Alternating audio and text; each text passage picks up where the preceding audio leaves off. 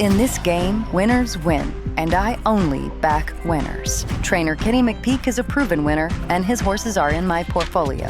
And now they can be in yours too. McPeak's champion horses and Derby hopefuls are now featured on Morning Line. With Morning Line, I don't just watch the race. I own the moment. I invest in champions. This is my edge. Buy, sell, trade anytime. Morning Line, own the game.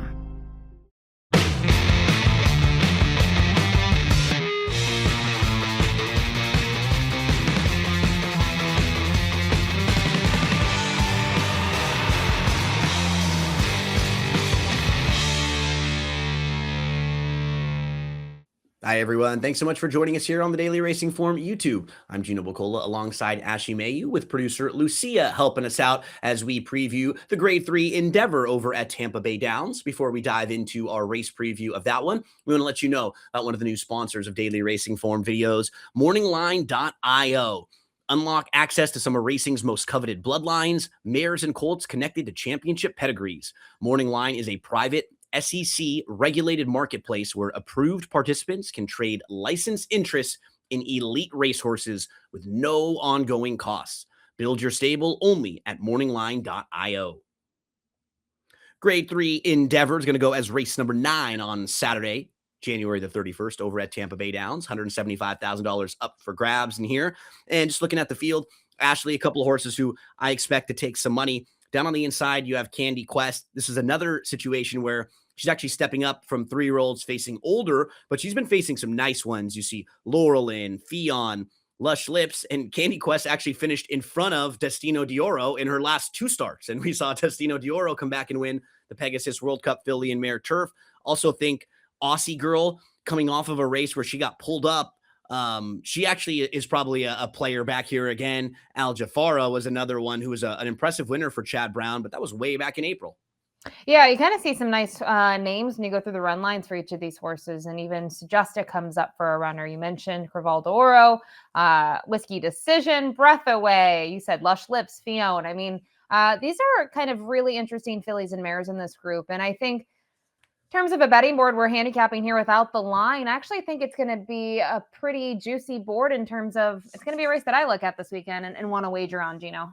Completely agree. Let's see what Timeform US thinks. How's this race going to shape up? Who's going to be towards the front end? We have a quick pace in here.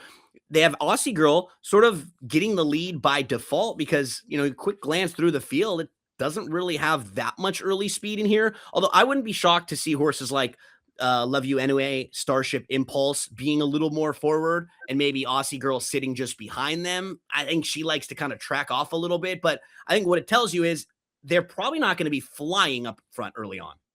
No, I don't think so. And kind of looking at some of the races that these horses exit, right? They're very modest for the most part. The halves 47 and something is typically kind of your average, at least when I skim through it.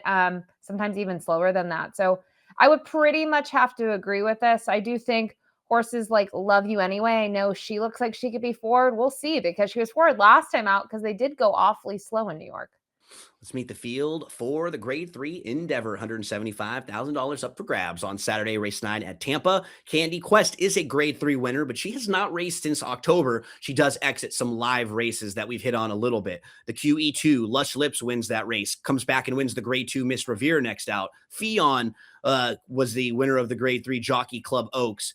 Destino d'Oro, who you don't see in the running lines, it just came back and won a big one over the weekend, was behind Candy Quest in both of those races. So, I mean, she's just been facing the best 3-year-old fillies in her division on the grass. All of them were pretty live. Like that was a division where you had 4 or 5 that were very, very strong. Now she's going to step up and face older. She just seems like a major player in here.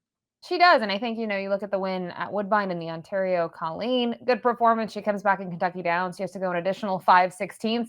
She runs really well. I know she gets tired in the end, but Fion's had some hype around her, and we'll see how she continues to fare. But when I look at the Grade 1 last time out, I know it's a Grade 1. I don't necessarily want to give her a pass for just that reason, but I think you look at the fact that they regrouped, they put her on the shelf for a couple of months, I think this is the perfect spot for her to return. And in terms of trip, very curious to see where she'll be early on because she does draw the inside and she's shown that she can stalk. I think the rider will have some options. Dreaming of ABBA, next one up. She comes off of a victory last time out at Tampa. She is a stakes placed runner. I think that third back in August behind Breathaway, that looks pretty good on paper. And a race like that would probably stack up with this group.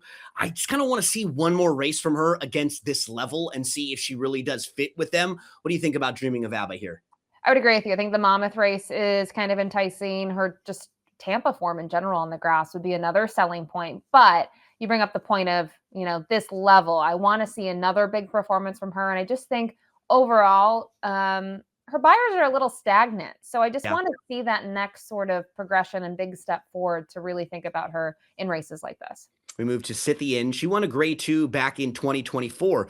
0 for 3 in 2025. It wasn't like she raced poorly in those races with a couple thirds and a fourth. We most recently saw her on November 15th when she was fourth in that Jockey Club Oaks. Can you build a case for her in here?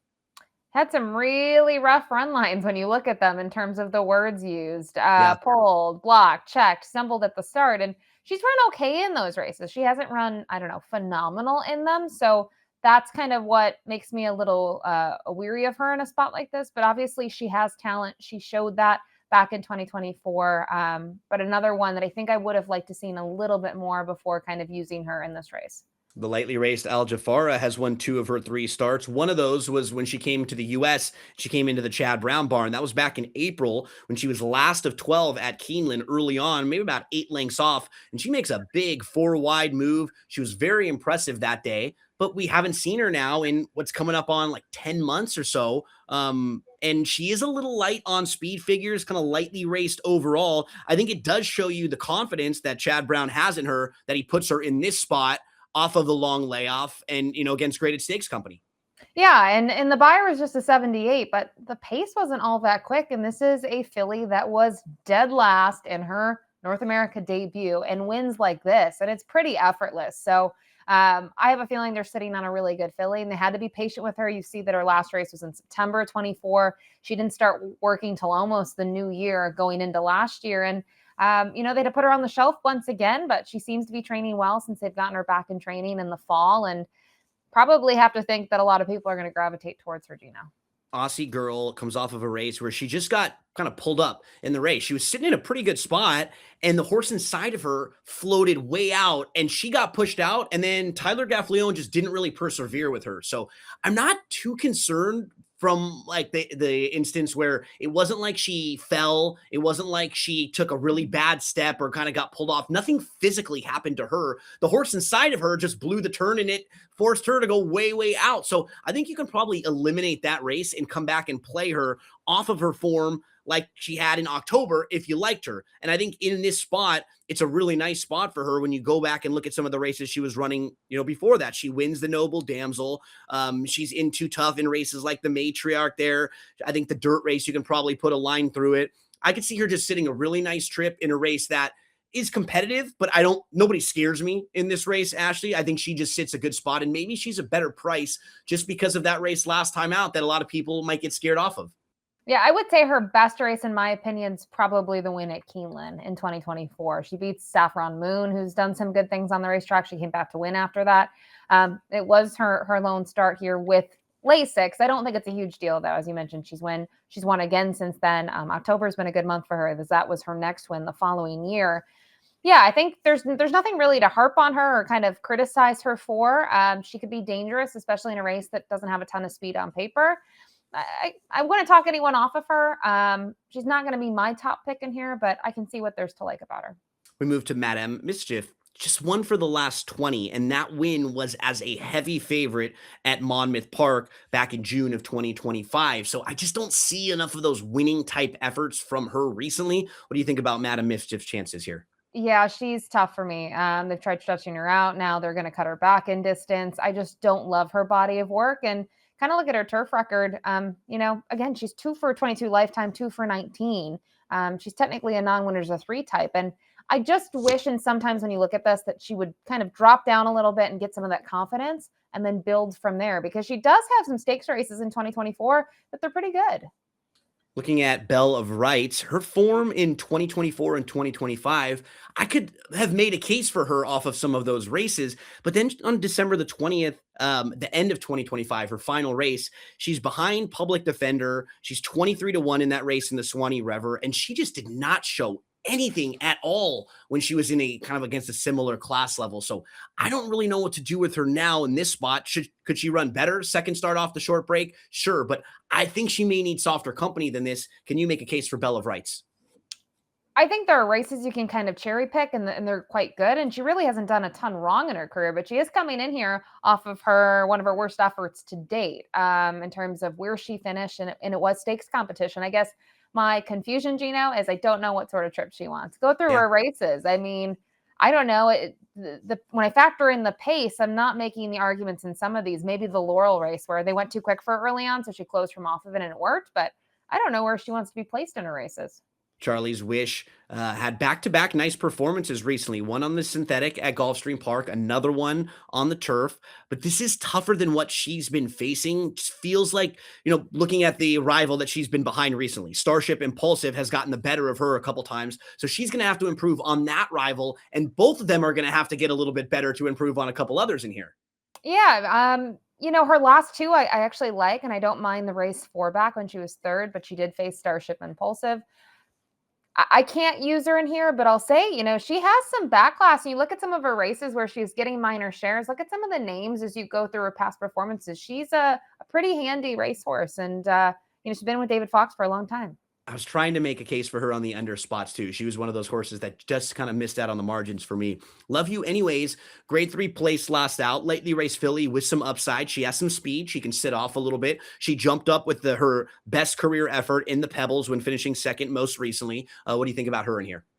I'm going to use her for a piece. The race that we're showing in New York, I don't necessarily love, because you go 24-1 and 49.5, and you're caught in the end. And Fast Market's closing from off of it, and they're not going quick, which I just felt like, I don't know, did she get a little tired here? And she is a little wandering sort of type here in the stretch. So maybe that had to do with it. I'm not quite sure, Gino, but she's consistent enough that I think from a pace perspective, she should be close to it, somewhat close to it. Like I said, when we looked at the time form pace projection, I don't think she'll be the pace setter in here, but I could see her sticking around for a share at least. She was able to do that 2 and 3 back.